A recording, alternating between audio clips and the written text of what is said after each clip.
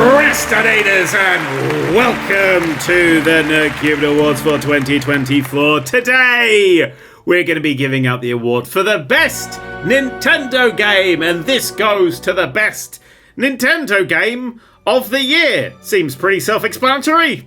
It won't be when we're done. I will say the best thing Nintendo put out this year was that Nintendo Music app, because I really love listening to the Animal Crossing soundtrack on 24/7. Just having that in my life. It's improved my life. That's the best thing Nintendo released. But there were two games that do tie into Nintendo, and they're the ones that are going to be winning the award for Best Nintendo Game this year, because the runner-up of Best Nintendo Game is something I lied to you about earlier. You see, earlier in these awards, I gave out an award for a game, and I said it was the only good one of this genre, this type of game. And that was a lie, because the runner-up of Best Nintendo Game is Sonic Dream Team.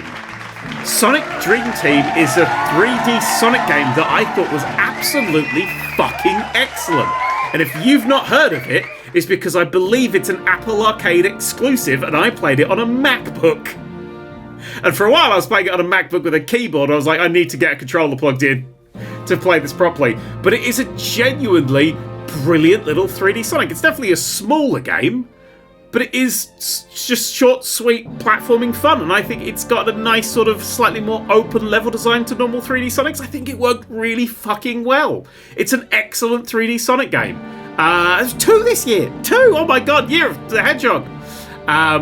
Is it? There's probably not. They probably have set ones. Can you vote for it? Can we buy that? I bet you could.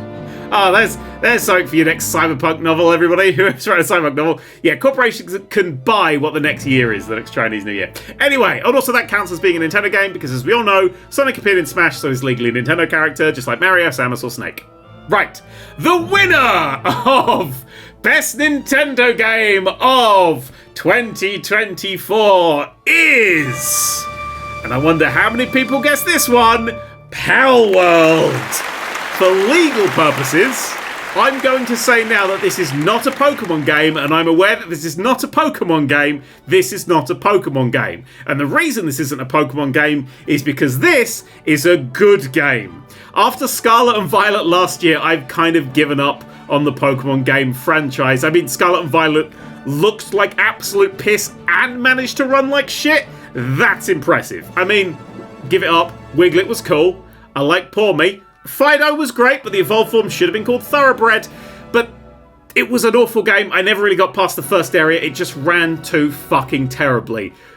Palworld, on the other hand, is the first time I've played one of these creature collecting games that felt like those original promises of Pokemon Red and Blue come to life. I mean, the closest that Pokemon has got to this kind of level before was Arceus, which I love, but it does look like it had just been hit by a bus. Whereas this looked beautiful, and it was expansive, and just seeing the creatures just be in that world was so fucking nice. I mean, admittedly, you do, give them weapons and make them work in the mines, but aside from it, it's got issues.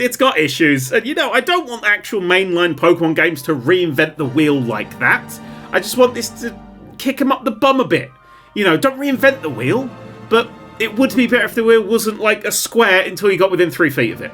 That's what I'm saying, right? That's what I'm saying.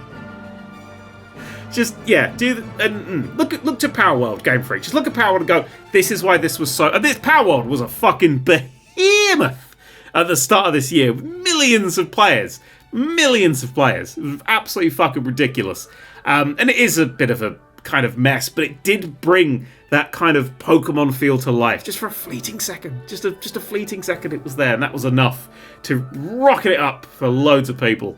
And it's still been updating stuff now. I should go back to it, but I don't really want to give a knockoff Togepi in AK-47 again. He's got shell shock.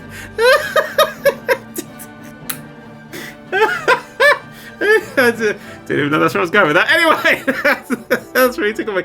That is the award for Best Nintendo Game. Tomorrow, the awards for Best Hair. I'll see you there.